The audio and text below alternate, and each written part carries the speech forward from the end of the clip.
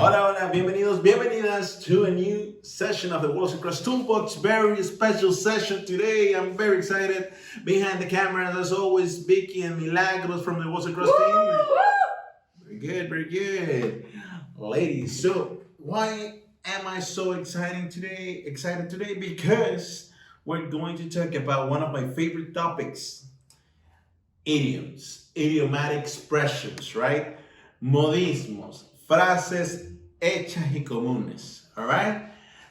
We're gonna have several chapters, several episodes of the series because there are a lot of idiomatic expressions in Spanish. Of course, also depends on the region, right?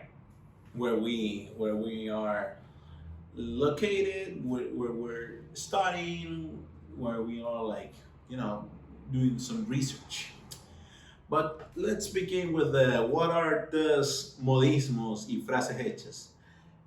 Los modismos y frases hechas are basically expressions, are specific phrases that are not translated like literally translated, right? They come from tradition or maybe daily use, the daily uses of the language, and it basically it varies depending on the country we are, as we said previously. Let's take a look at some interesting ones, right? Let's begin with what first. What is the difference between an idiom and a set phrase? An idiom, una expresión idiomática, it basically doesn't need a verb, right? In Spanish, we have a couple examples. For example, we have the Príncipe Azul, right? And Príncipe Azul is like a Prince Charming, but it's an expression to use like someone is very gentle, like a gentleman, like very nice, very polite, right? Alma gemela, soulmate. This is an idiom, an idiomatic expression, right? We have also set phrases that they usually need a verb. For example, meter la pata. Meter la pata is very common when you make a mistake, right? Also, we have tomar el pelo, that is basically like you're kidding. The thing is that when you translate them, those phrases, those specifically the set phrases, the meaning is it has to be interpreted, right? For example, tomar el pelo is to take hair, to take the hair, right? Or meter la pata is like to put your leg somewhere, put it inside the thing. So this is very interesting. Let's take a look at some other idiomatic expressions in the Spanish language, okay? We have estar hasta las narices. Very common in Spain. Estar hasta las narices, like you are up to your nose. It's like you are like about to explode. You're like you can't stand this. You can't stand what's happening. So that's your limit. Estoy hasta las narices de pagar por stream. No sé, por un servicio de streaming, por ejemplo, right? And we also have, this is a very popular one, estar con el agua al cuello. Like it means like you have water right here in your neck, on your neck. And this one, even when the meaning is like not literal,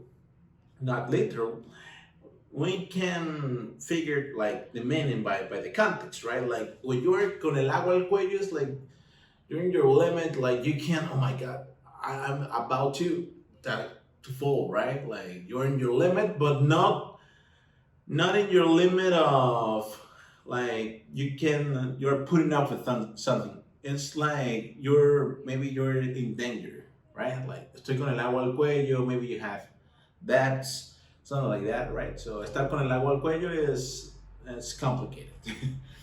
Dejarse la piel. This is an interesting one, especially because we are near the Qatar World Cup, right? And dejarse la piel literally means like leaving your skin, like when you left your skin somewhere, is that you're basically doing everything to accomplish your goals, right? You are doing everything, usually on the field, to get your goals. This is a very common expression in Argentina. You know, here in Argentina, they love soccer, for example. And they always say, no, soccer players, they need to, tienen que dejarse la piel en la cancha. They need to work very hard on the field, right? To accomplish your goals. Very good. So,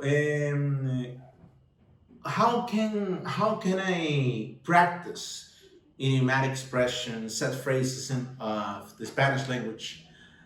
The most common way to do it is by watching movies, by watching TV shows, by watching maybe YouTube videos, chatting with your tutor. You can chat with your tutors at WorldsAcross, and you can specifically ask them to teach you idiomatic expression. That would be awesome, right? Because they're a very important part of the language. So don't even hesitate. Try to adapt some idiomatic expressions to your speech in Spanish, and it's gonna be awesome for you. Okay, your speech is gonna be your speaking is gonna be great. Nos vemos pronto in another session of the WorldsAcross Tool Box. Ciao, ciao.